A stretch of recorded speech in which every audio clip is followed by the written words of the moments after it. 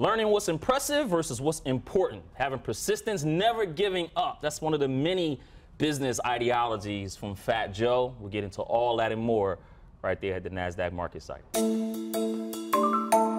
Hello everyone, I'm Jabari Young, Forbes senior writer at the Nasdaq MarketSite, and I am joined by the man himself, Fat Joe, aka Joseph Cartagena, right? And right. We were talking about that earlier. I would have said Cartagena, Cartagena. Latinos would say Cartagena, you know, the Americans would say Cartagena. Yeah. It's all love. Yeah, absolutely, man. Well, I appreciate the time here. You're coming back to New York. I know you don't live here like that anymore. You're still in Miami, so definitely appreciate you coming up. What do you think of the studio, man? I know it's your first time at the Nasdaq. Yeah, the studio's beautiful.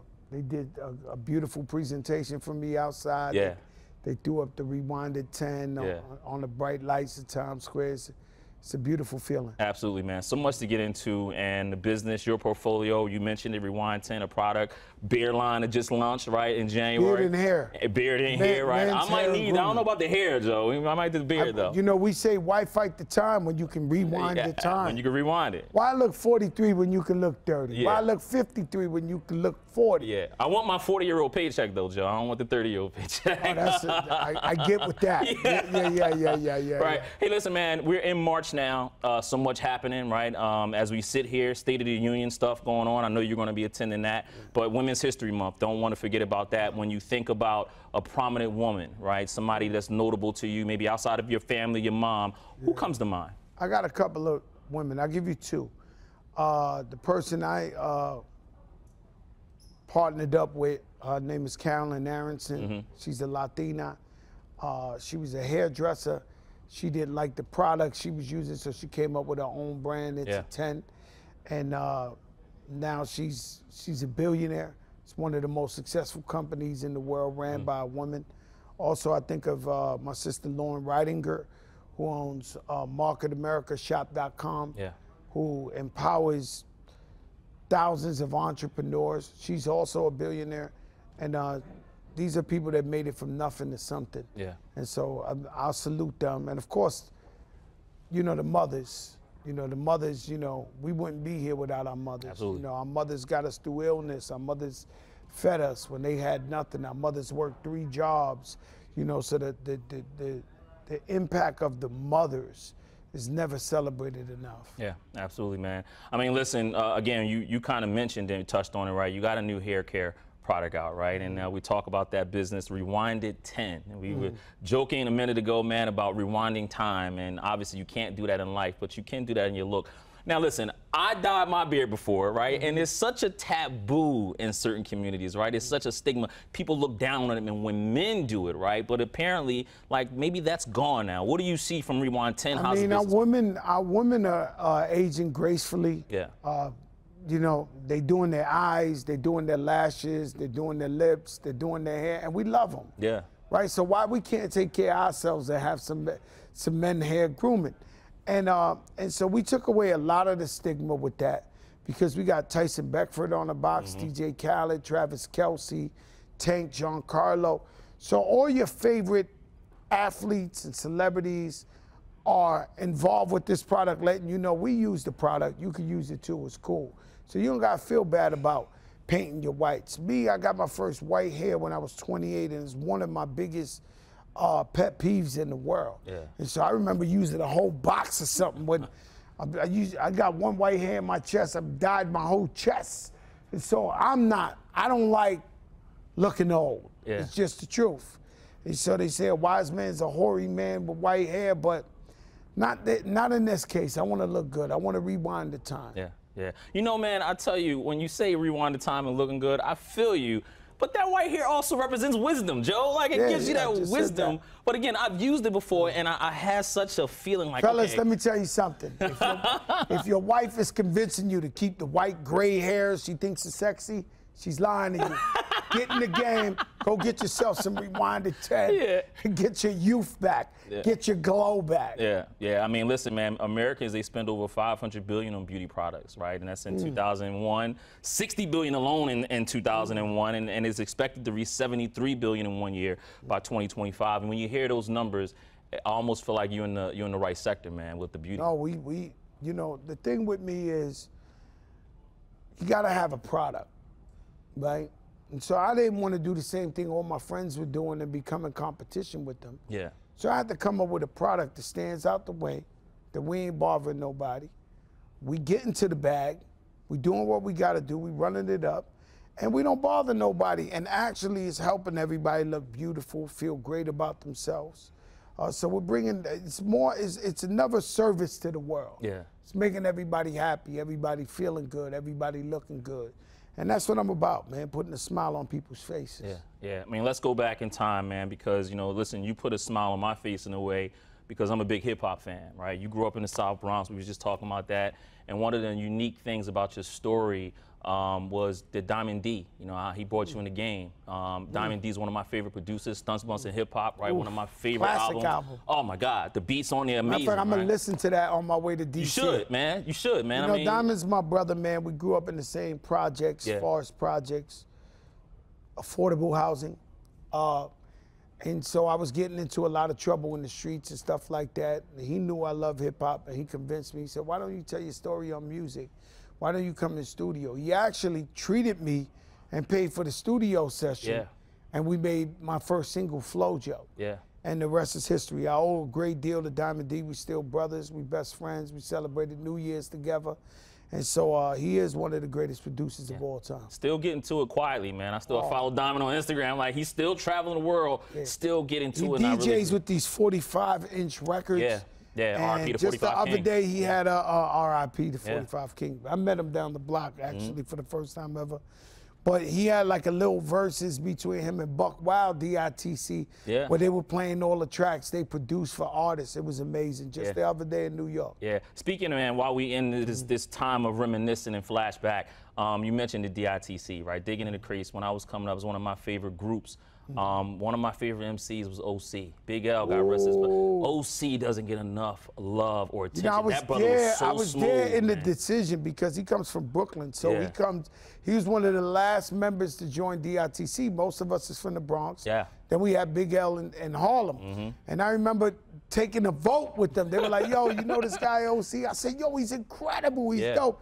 And they were like, yo, you think he should be a DITC? I'm like, hell yeah, man, OC's dope. Yeah, OC's You know, good, I always thought out the box. That's my brother. Yo, OC, I love you, brother. Yeah, OC's great, man. I mean, Word Life. I mean, that's one of the dopest albums, man. You lack the minerals and man, vitamins. OC, don't get me started, Joe. I'm telling you, don't get me started. When you look at your career as a whole, man, if you had to describe it in one word, being as though, again, we talking about you and digging in the crates, and then you went off into your solo career, definitely get into the music business in a minute. But when you look at your career, your hip-hop career as a whole, what's one word that you use to describe it? Resistance. Resistance. Why resistance? Because I never gave up. Yeah. I resisted to listen to any of the fads, any of the gossip about me, any of the doubters, you know, and I found a way to turn a negative to a positive, like Biggie would say. And just, I've been resistant through time. They told me I was in the game for 10 years. They said, it's over, Joe, you should retire. I was in the game for 15 years. They said, Joe, it's over, you should retire. I've had hit records in 3 different decades.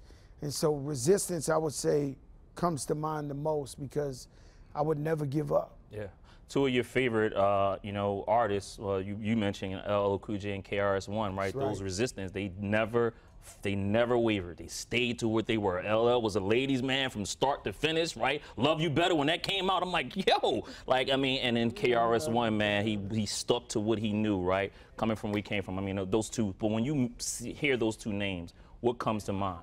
It's so weird. I'm about to shoot a video in Miami Saturday with LL for his first single off his album. Wow. So it's me, him, and Rick Ross, and Q-Tip. Q-Tip produced it. I told somebody this off air, but I'll tell you the truth. LL's my idol. When I sit around with him, and we're family now. My wife and his wife goes on vacation, and I still get starstruck, man, when I hang out with LL, man. And we're family. Like, we sit down, we eat dinner, and I still feel a way, like, wow, somebody I really look up to. And then KRS-One for the consciousness he brought to the game, his showmanship, the way he ripped down the shows, his energy.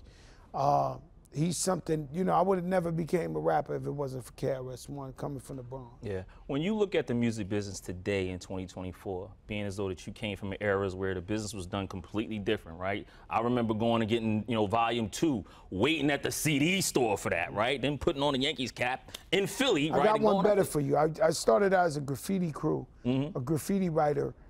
Shout out to the Tats crew, T-A-T-S, Bio, BG, Nice.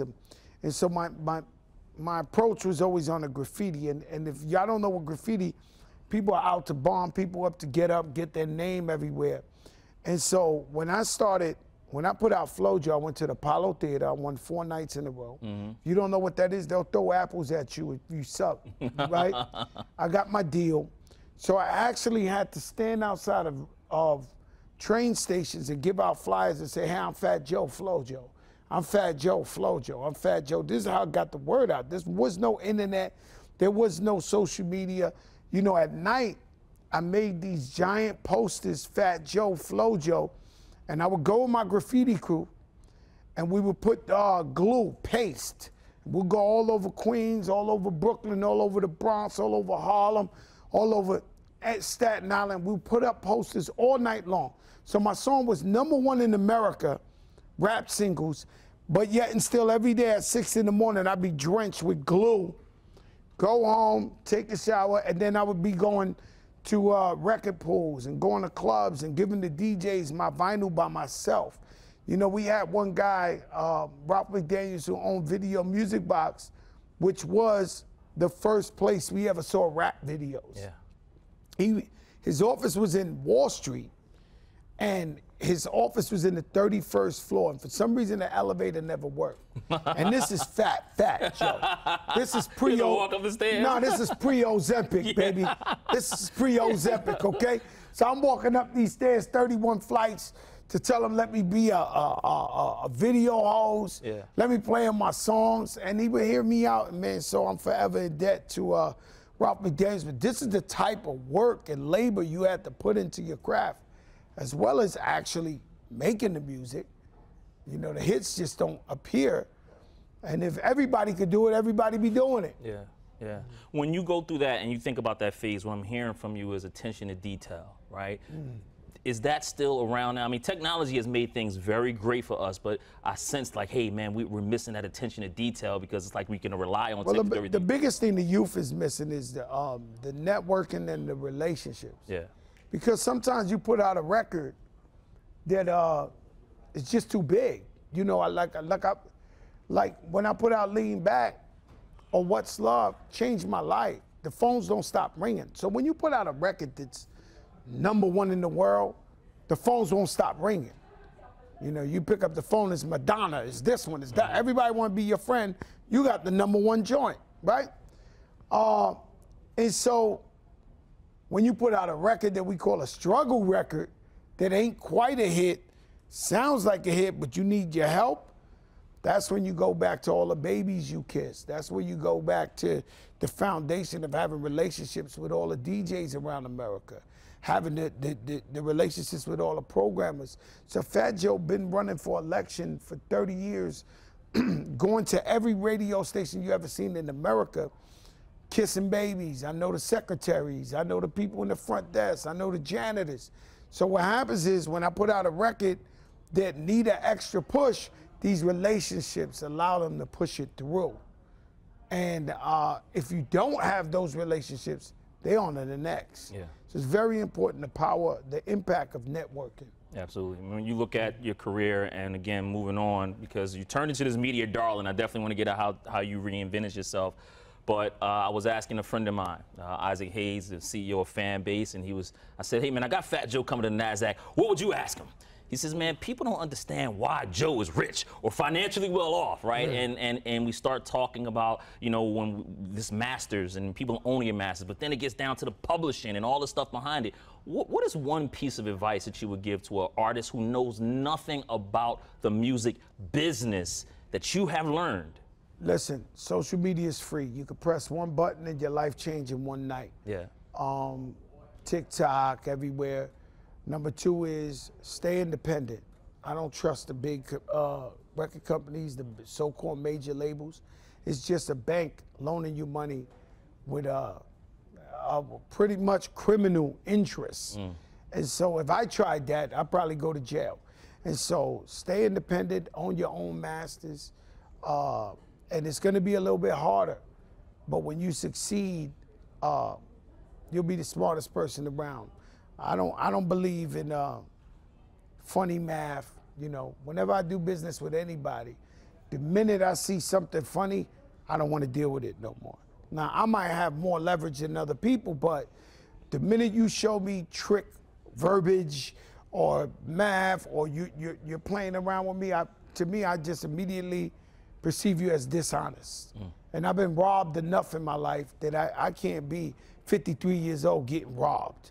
So the best way to go is owning your own masters, being independent, work harder, get out there, network, stay on social media, and if you succeed, the world is yours. Absolutely. And listen, again, you turned into this media darling throughout your career, man. And one of the things that you said in 2006 is that, you know, you learned the difference between what's impressive versus what's important, right? And I quote, "My music persona changed to a degree and became more mainstream and accepted when you learned that difference, what's important versus impressive," right? What did you learn, and what is important versus what is impressive? How can you tell a difference? You know, at this point in my life, what's important to me is my family. What's important to me is my community, inspiring the youth. You know, when we grow up in the inner city and we grow up in the in what we call the hood, everybody, when they finally make it, they go away and we never see them again. Fat Joe goes back and opens businesses in the hood and employs single parent moms. You know, I got a single parent mom. She been with me 7 years. She just bought her first house. And so she sent me a message, man. She crying through the whole message. I could read it. But that's what I want for her. I want her to have her own. I want them to win. And so for me, it's very important that no matter where I go, I'm at the presidential address tonight, my neighborhood knows I didn't forget them. And I'm always traveling with them. You got to see, I didn't have to make it. People didn't have to champion me. People didn't have to protect me. And so now I have an obligation to speak up for the voiceless, to speak up for the people who push me through. And so that's why I open businesses. I have a classroom in one of my stores in the South Bronx where we teach kids after school program sanctioned by the Board of Education. Feed them, teach them computers. We have people who made up Dumbo, whatever, you know, they come up in there and talk to these kids. Right. Stuff that they would never be privy to. But that's what I'm most, what I care most about.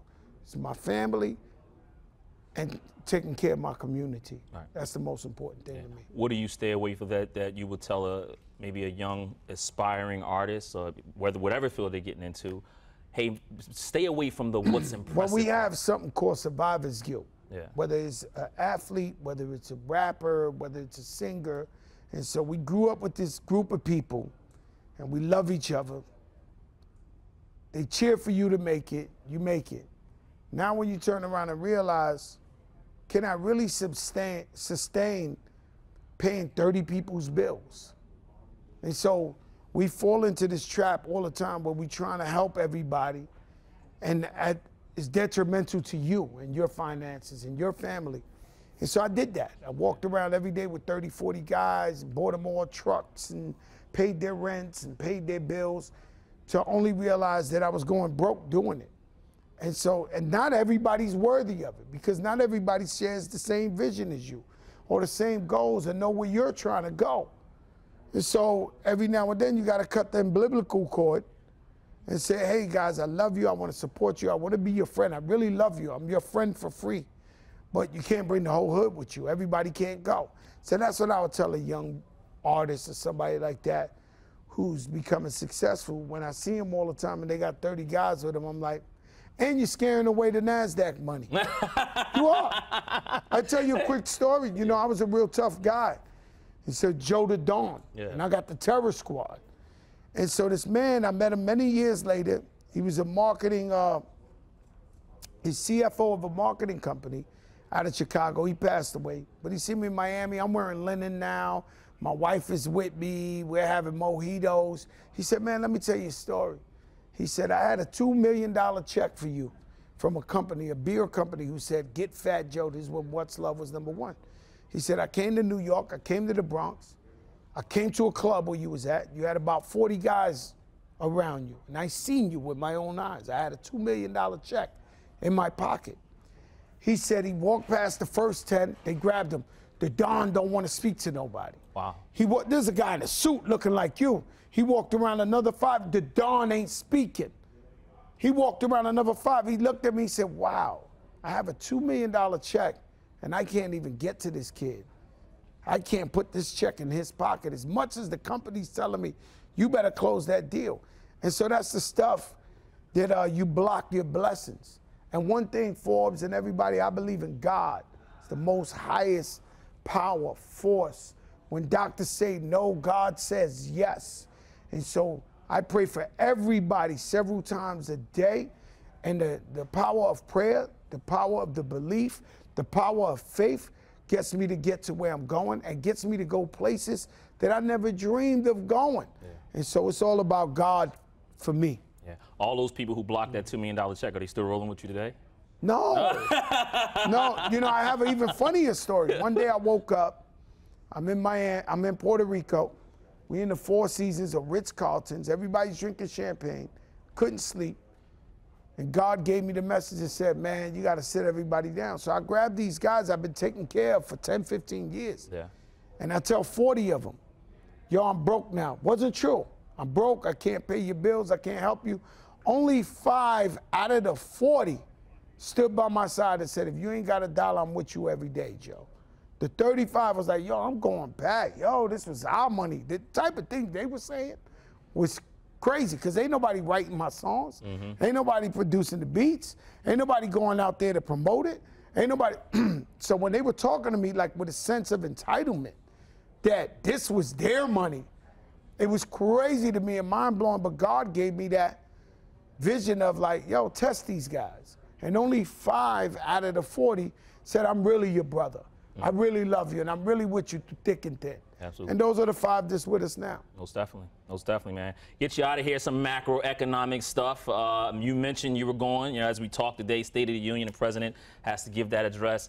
Without picking sides, Joe, or picking bases, what would you say to your followers about what to look for with the U.S. presidential election? There's a lot out there. We're only in March, man. A lot's going to happen over the next few months. What would you tell your followers about what to watch for? What to watch for is, I like what the president and the vice president has done with medicine, capping insulin at $35 in insulin. I work with healthcare, Power to the Patients organization, bringing a light to healthcare transparency. Do you realize that the hospitals and insurance companies don't give you a price when you walk in the hospital? And when you go in the hospital, you sign away you waiver your rights to anything. So if they give you a mysterious bill and you can't pay for the bill, they'll take your property. You know, there's a story about an Amish family, just to let you know this is bipartisan.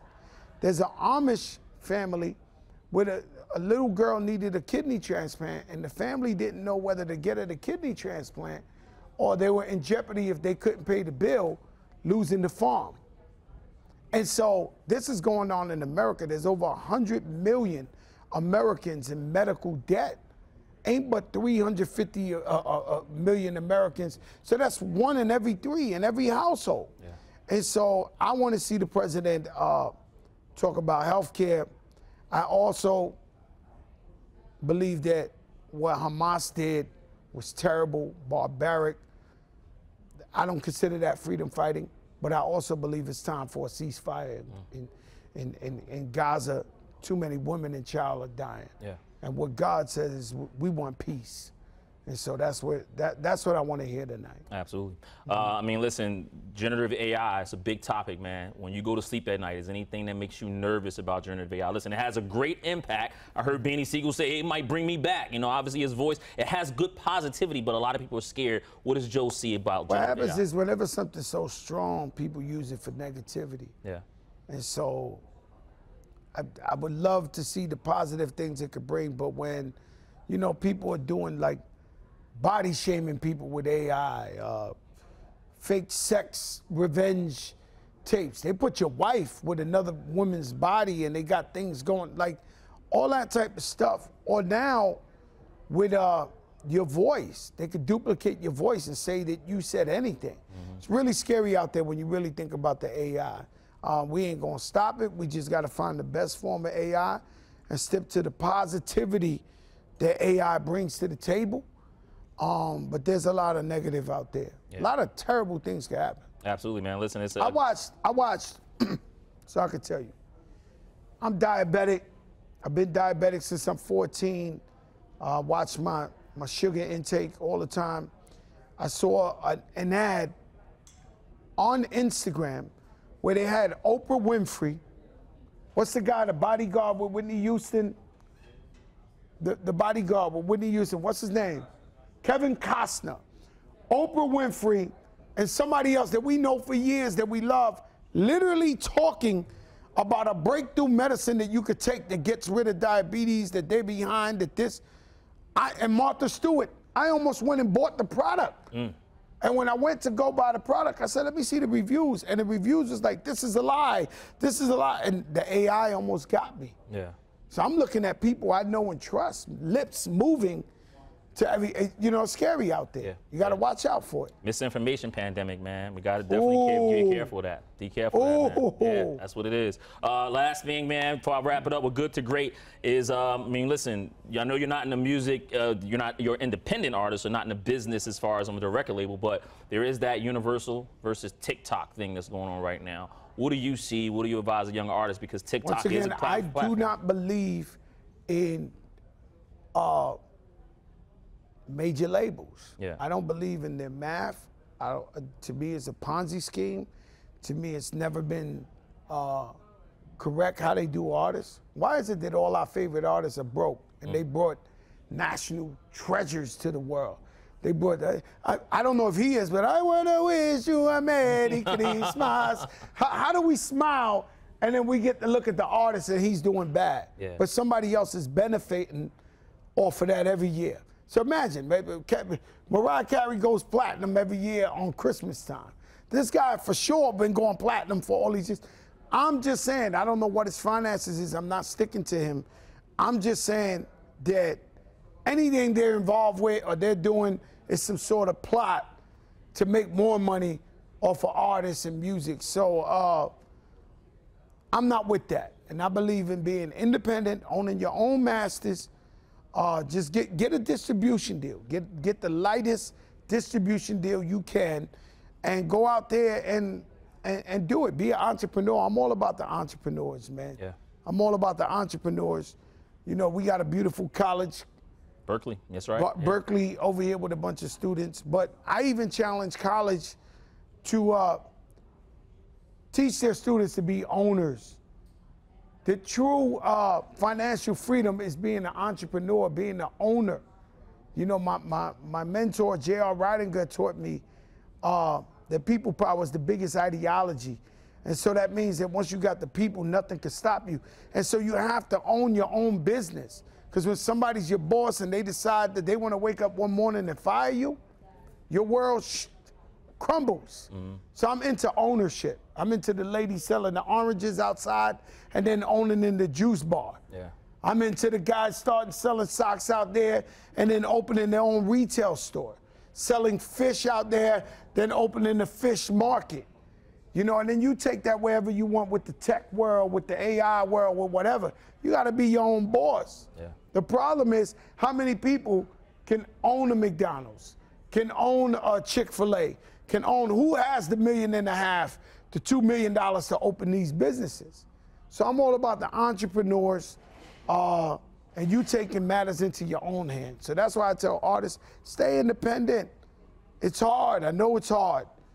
But when you win, you're gonna win big. Yeah, and you be owner of Rewind 10, right? Go on. Man, listen. The power of networking, what I was explaining to you, because I have so many friends. Yeah. On the box of the Rewind 10, you have a Tyson Beckford, you have Giancarlo, novella star, you have Wonder Boy, MMA champion, you got DJ Khaled, you got Travis Kelce of the Kansas City Chiefs. they all owners in the company. They all have skin in the game. They're not ambassadors. They love the product, and they also own part of the company. Yeah. And that's the beauty of it. So it's not a promotional deal. This is investment deals for them. That's not just investment with investment deals, but they own equity. Yeah. Equity. Yeah. And they all have skin in the game. That's why they all promote it. You know, we couldn't pay for Travis Kelce playing the Super Bowl, and they say, "Hey, Travis, how do you get your beard so good?" And he says, "You know, rewind it 10. Go try it." You can't make this up. Or Tyson Beckford, the world's greatest supermodel, up there, yo, rewind it 10. But they got skin in the game, man. And now you just need Taylor Swift to promote it, man. I wish. I'm a Swiftie. Listen, man. I'm a Swiftie. I think we all Swifties now. No, I'm a Swiftie. You better believe it. Hey, man, I get you out of here on this. We do good to great at Forbes BLK, and I appreciate the time, Joe. Appreciate the energy. And I'm going to take it back to, again, back to your original craft, man. Jim Collins wrote a great book, Good to Great. What's the difference between a good lyricist and a great one? The great lyricists do it for the culture. They do it because they love what they do. And so they're spreading consciousness out there. Like KRS-One, I remember I stole the cassette tape out the record store. I hopped the train, jumped in the train, put it in my Walkman, and he said, "Airplanes flying, overseas people dying, politicians lying, I'm trying not to escape, but hit the problem head on by bringing out the truth in the song." So like a flower, my mind just blossomed. And I was like, oh my God. Yeah, he has a Uzi on the cover, but he's talking about consciousness. He's talking about empowerment. He's talking about our people. And so the power of great lyricism is timeless. Now, good ones, they cool, they bring something to the culture. We rock. What's the dance we do, the cha-cha slide? I would say that's good lyricism. Yeah. And then we got Nas-Illmatic. Absolutely. A Reasonable Doubt, Jay-Z, or 444, which is informing the people, and so that's the difference between great lyricism and good lyricism. Fat Joe, appreciate the time, all the energy, my brother. Got to come back and do it again. I know you're going to have plenty of other business ventures that you got, you know what I mean? And so we definitely going to talk, man. Appreciate the time at the Nasdaq MarketSite. No problem. Appreciate you, brother. Absolutely.